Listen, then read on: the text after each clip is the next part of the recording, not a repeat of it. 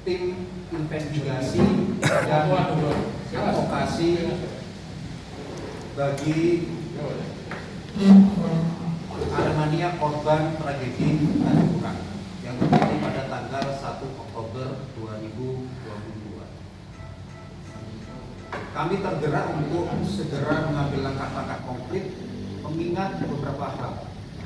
Yang pertama, apa yang terjadi di Kanjuruhan itu sudah menjadi sorotan dari media internasional, bukan hanya media internasional, tapi tokoh-tokoh internasional. Termasuk terakhir Pangeran Charles pun juga sudah memberikan komentar, memberikan belasungkawa dan sebagainya. Itu artinya apa? Artinya apa yang menjadi kejadian di Kanjuruhan pada tanggal 1 Oktober itu sudah menjadi sorotan dari dunia internasional. Itu yang pertama. Giring opini yang menyudutkan Aremania, mendiskreditkan Aremania, bahkan ada indikasi juga mengintimidasi pihak-pihak yang sekiranya dia memiliki bukti-bukti terkait apa yang terjadi pada tanggal 1 Oktober di Kanjuruhan.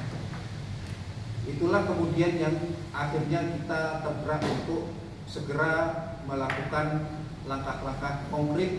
Salah satunya adalah membentuk tim investigasi dan advokasi dari DPC Pradi Malang dan DPC Pradi Kepanjen, yang mana di tim itu terdiri paling tidak ada 4 komponen. Yang pertama adalah Pusat Bantuan Hukum Pradi Malang yang diketuai oleh Mas Husein Tarang. Kemudian ada PBH Pradi Kepanjen yang diketuai oleh Mas Alek, seperti saya. Kemudian ada juga dari Pradi Malang FC. Pradi Malang FC ini adalah kumpulan rekan-rekan yang memiliki minat dan bakat di bidang olahraga, khususnya sepak bola. Ada beberapa teman yang sudah ada Mas Adi Anjurwa, ada Ricky juga selaku manajer, ada Mas Hendro dan lain sebagainya. Selain itu juga ada dari yang Lawyers Committee atau Komite Advokat Muda Pradi DPC Kepanjen.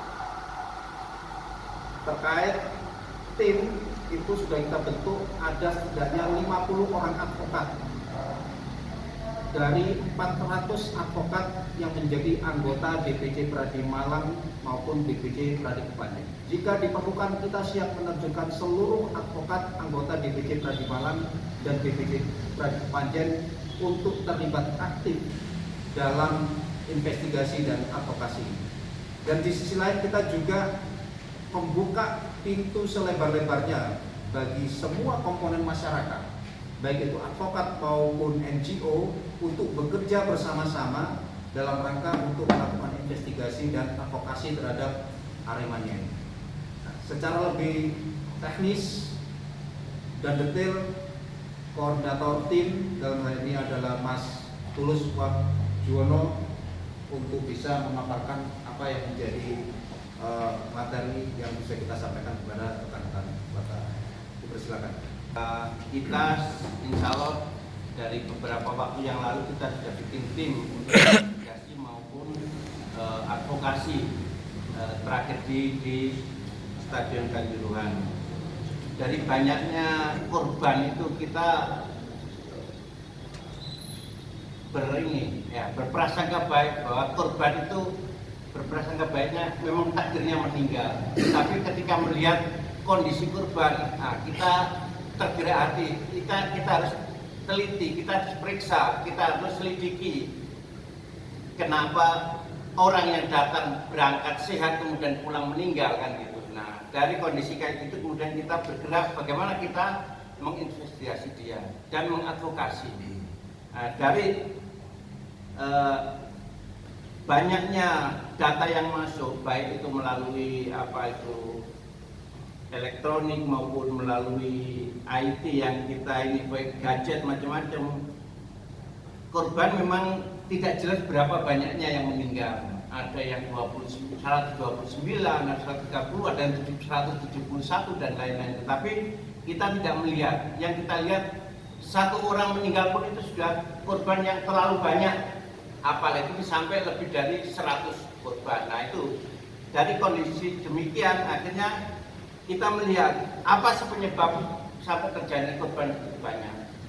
dari bacaan kita, kemudian dari rangkaian cerita-cerita yang banyak bertebaran di media massa, kapasitas stadion yang hanya 40.000 orang kemudian dijual sampai 42.000 tiketnya, otomatis kan dari kapasitas stadion itu memang bisa menjadi salah satu penyebab, tapi kan bukan penyebab utama itu.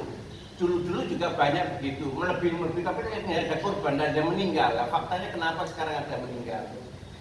Kedua, kick off terlalu malam katanya, jam 20. Nah, tapi dulu juga tidak ada kan, tidak ada yang meninggal. Jam 20, 21 juga biasa saja. Di Stadion Kanjuruhan memang demikian kan gitu. Kemudian ternyata ada aparat menggunakan gas air mata. Nah, gas air mata itu apakah bisa membunuh secara langsung, kita juga perlu penelitian kan gitu. Nah, tetapi dari penyebab kematian itu kan bisa terjadi karena ya adanya ketakutan, kepanikan dan lain-lain. Terus kemudian ada hal-hal lain kan gitu. Gas air mata salah satunya. Terus kemudian ada perlakuan aparat. Kalau di yang kita lihat di video-video amatiran, ada yang aparat menendang, kemudian memukul dan lain-lain. Kemudian yang dipukul ya ternyata juga anak-anak remaja gitu. Bukan tentara yang sama-sama kuat, tapi tidak anak-anak kecil yang dipukul, sehingga terjadi korban banyak anak kecil itu. Nah, perlakuan aparat yang kemudian dia membawa perlengkapan ya, alat dari awal, kalau kita lihat dari ketentuan FIFA itu kan sudah ada larangan untuk membawa alat gas air mata, kemudian dilarang, terus kemudian ada senjata api dan lain-lain kan dilarang itu. Nah, tapi kenapa kok barang yang dilarang kok dibawa gitu? Kalau dilarang otomatis kan tidak membawa barang itu.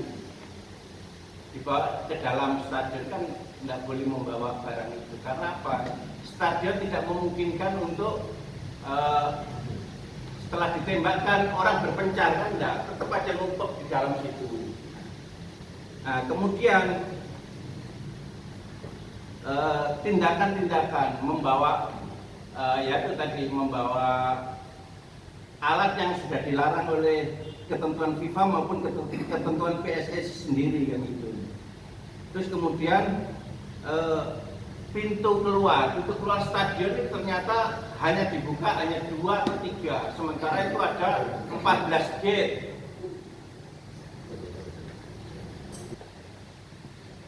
Rasio tenaga medis yang harus siap ketika ada sesuatu hal, itu kan sangat terbatas sekali.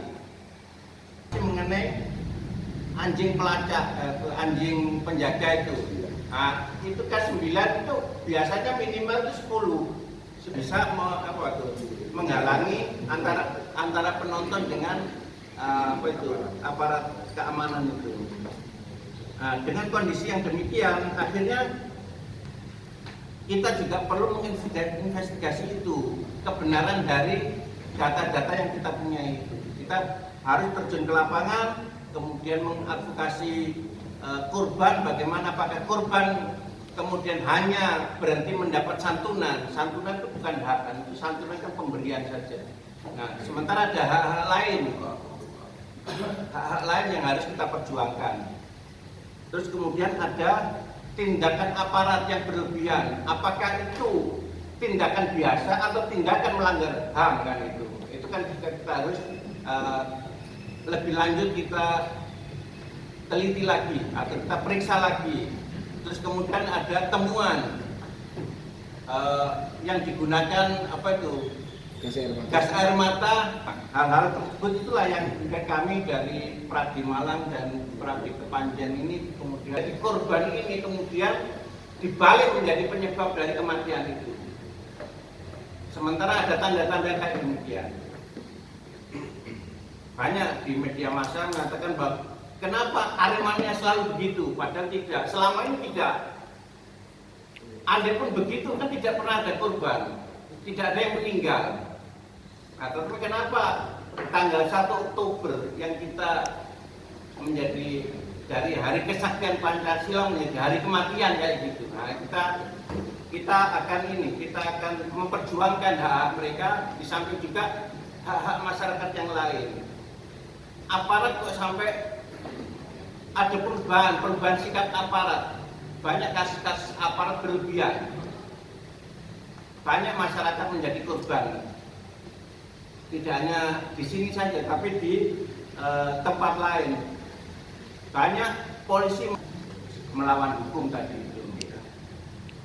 Kedua, harus ada pihak yang bertanggung jawab di sini. Semua pihak saat ini melepaskan tanggung jawabnya. Oh, itu bukan kesalahan kami. PSSI tidak bersalah, kan sudah saya selimpahkan kewenangan itu. Apakah setelah kewenangan dilimpahkan ini tidak ada tanggung jawab di dalamnya? Tetap PSSI tetap harus bertanggung jawab sebagai badan yang mengelola sepak bola di Indonesia. Panpel ya posisinya paling terjepit di sini, padahal Panpel sendiri tidak diberi kewenangan apa-apa kecuali dia yang menyelenggarakan. Saya kasih tempat, ya sudah. Sementara keamanan semua kan tidak di bawah komando dari Panpel. Nah itu yang sikap kita itu yang harus siapa yang bertanggung di dalamnya. Terus kemudian hak-hak itu kan di samping hak-hak secara perdata, kemudian ganti rugi dan lain-lain juga kan hak-hak secara pidana juga ini kan. Dia punya hak untuk melapor, kemudian dia punya hak untuk dirinya itu nyaman, hidup di Indonesia itu nyaman, sehingga dengan berbagai aturan mestinya negara itu memberikan hak-hak mereka untuk hak hidup, hak nyaman dan lain-lain itu. Sehingga dengan adanya 3 sikap kita ini, kita bismillah untuk mulai dari beberapa waktu yang lalu kita sudah turun menginvestigasi dan akan memberikan advokasi. Apa yang akan kita lakukan? Nah, nanti kita akan bicarakan lebih lanjut mana yang paling efektif dan itu. Kalau juga membuat networking kepada pihak-pihak lain yang terkait, sehingga nanti gugatan kita ataupun nanti pelaporan kita menjadi pelaporan yang sistematis dan punya kualitas. Mungkin ada tambahan dari teman-teman, silakan. Dari hal yang kami sampaikan itu tadi, ada hal-hal khusus yang ingin kami garis bawahi. Yang pertama adalah tragedi Kanjuruhan ini harus diusut tuntas secara transparan, secara adil. Itu yang pertama. Yang kedua, jangan ada intimidasi, jangan ada sikap-sikap mendiskreditkan Aremania. Aremania ini adalah korban. Hari-hari terakhir ini kita membaca ada langkah-langkah ke arah sana, menjadikan Aremania sebagai kambing hitam. Ini jangan sampai terjadi. Kalaupun sudah terjadi, harus segera dihentikan oleh siapapun itu. Dan yang ketiga, penyelidikan yang dilakukan oleh tim yang dibentuk oleh pemerintah maupun oleh aparatur penegak hukum harus fokus pada cause of death. Apa penyebab kematian dari 130 sekian Aremania ini? Harus fokus. Selama ini sudah mulai muncul alibi-alibi ini itu dan lain sebagainya. Bahkan yang masalah gas air mata seolah-olah sudah mulai sedikit demi sedikit terpinggirkan. Ini kita harus kembali fokus ke arah situ. Apa yang menjadi penyebab dari kematian ini? Itu 3 hal, selain hal-hal yang secara teknis tadi sudah disampaikan oleh Mas Tulus sebagai koordinator tim investigasi dan advokasi DPJ Pradi Malang dan DPJ Pradi.